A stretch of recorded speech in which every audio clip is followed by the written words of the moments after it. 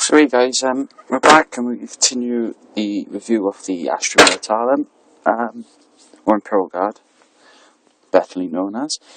Thanks, is it Gurchin, for the advice on it. So this time I've actually remembered my headphones, which actually have a mic built into them, so you should be able to hear me back. So we're going to begin with the special characters. I'm going to try and get as many in as I can in one video. I'll probably just get 1 or 2 in this one, because I've used a lot of I haven't got much data left on my phone at the moment, and I cannot clear it as I'm not in the house and I do not have access to the internet to clear it. So we're going to begin with the first special character in the book. So the page, which is on page 90 in the new book, and I'll be comparing what's changed for Commissar Yarrick from this book. So I'll get him out in this book, and in this book he is on page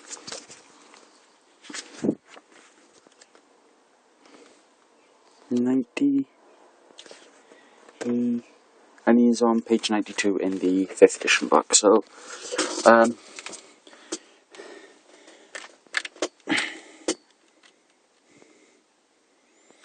stat-wise, he has not changed. So in stats, he's the exact same stats. He's weapon skill 5, ballistic skill 5, strength 3, toughness 4, wounds 3, initiative 3, attacks 3, leadership 10, and with a save 4+.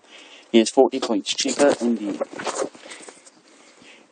new book, which is needed, as 185 points for the character in the 5th edition book was not viable, as there was a couple of good downsides which put me off, as he is my favourite special character in the entire book, but there was the fact that he did not have a vulnerable save in the 5th edition book that really did not save him, but he was Eternal Warrior. So he has.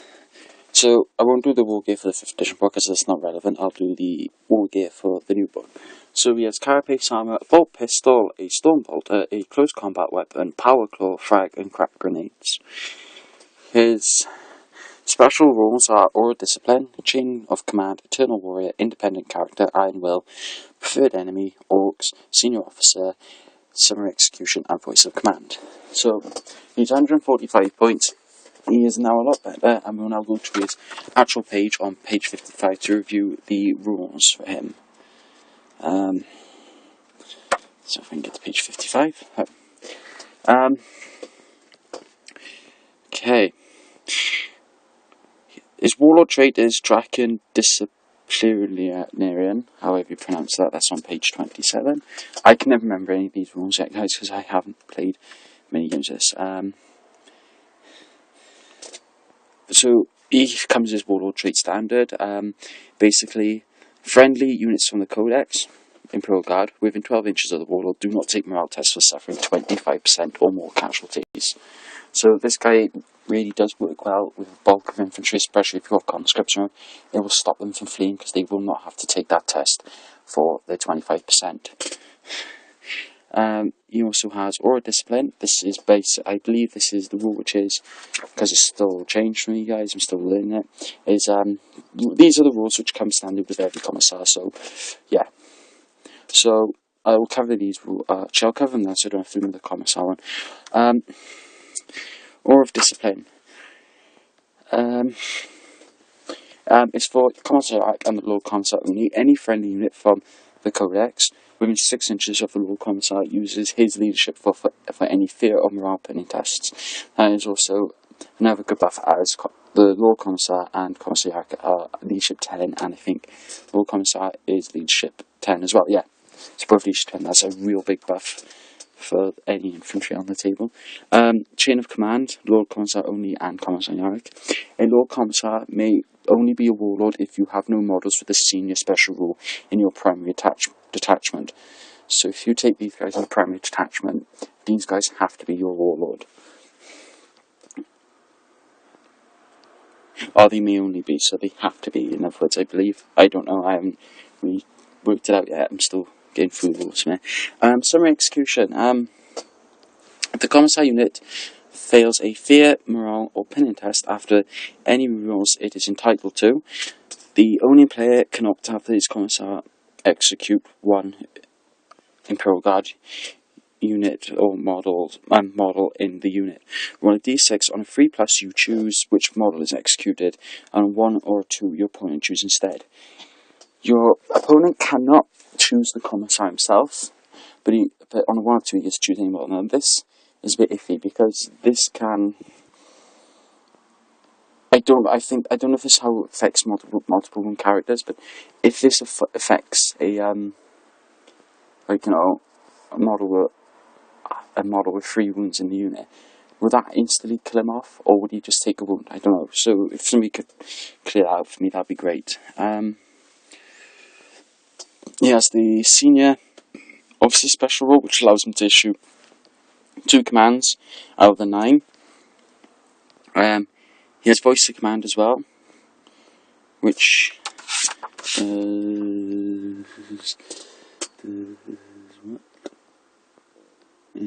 voice of command, page 28.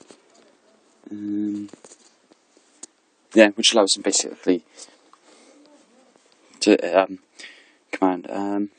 He has Eternal Warrior. He's an independent character. He has preferred enemy orcs. Preferred enemy now does. I will find out now. Where's P? Preferred enemy 169.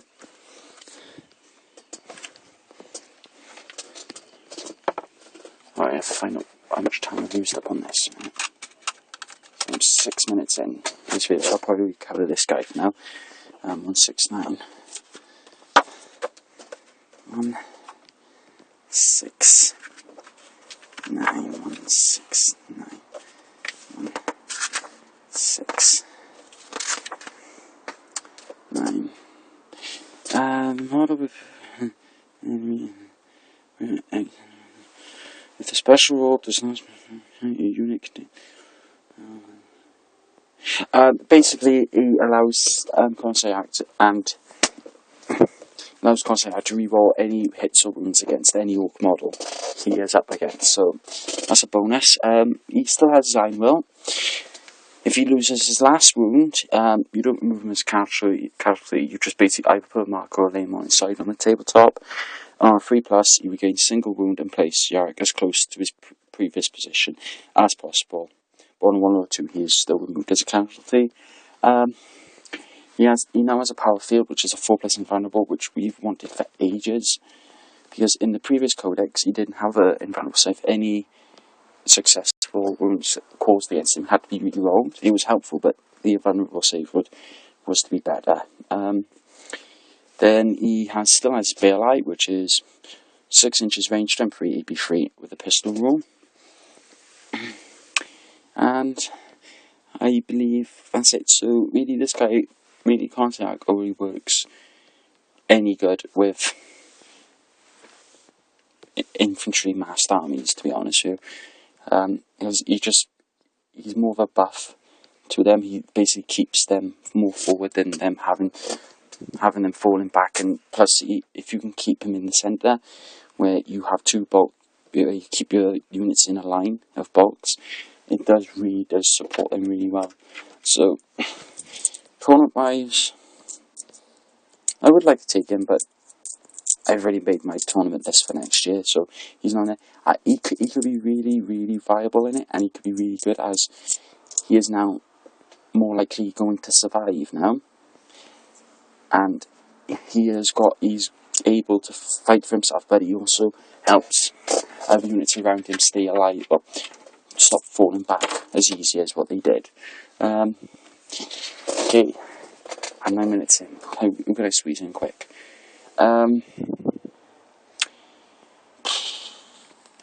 So, right, that's quite a lot.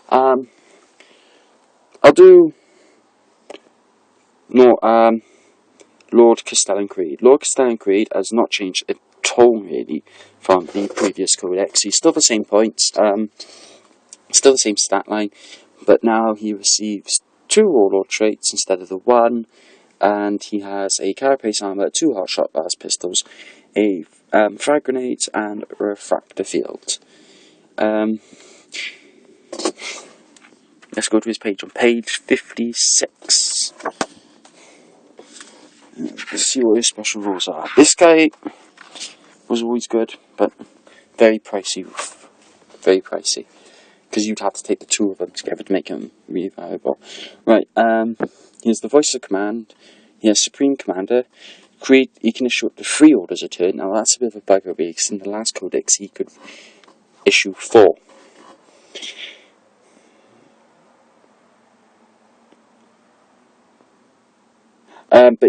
But any failed orders by him do get to be re-rolled. Now that's a great plus side. He has leadership 10, and you know he shouldn't be able to fail him, but he has leadership 10.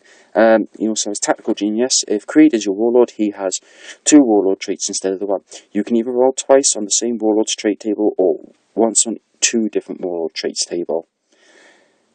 So that's a bonus. You could roll one from the codec, from the rulebook, or from the codex. I think that's it for him now. Yeah, that's him. He's a really good character. He's a model I'm trying to get hold of in Pewter. I don't want the Finecast one, as I've looked at him in Finecast, and he's god-awful sculpt. He is a really, really good model for infantry mass lists, and he is really, really extremely helpful to have on the tabletop. Kell, which you do want to buy with him as well, because it buffs Creed's rules again as well. He's got the same stat line as Rockstar and Creed, by the fact that he has 1 less wound, 1 more initiative, 1 less attack, and 2 less leadership. So he's leadership 8, initiative 4, wounds 2, and attacks 2. So he comes with carapace armor, las pistol, power sword, power fist, frag grenades, regimental standard. So he's got quite a bit of war gear to choose from whatever. So you can either want to use the power fist, or one turn you can use the power sword, or depends what you're going to. That makes him more universal, which makes him worth more for his points. He has the rules listen up maggots. If Kell is in the same unit as Creed, leadership tests for orders issued by Creed can be taken on Kell's leadership, not that of the ordered unit. Most guardsmen are leadership 8 or 7, so it's a bonus if you're using them for conscripts or other units which have lost their sergeants. Yeah, I guess that's good. He has the lookout rule.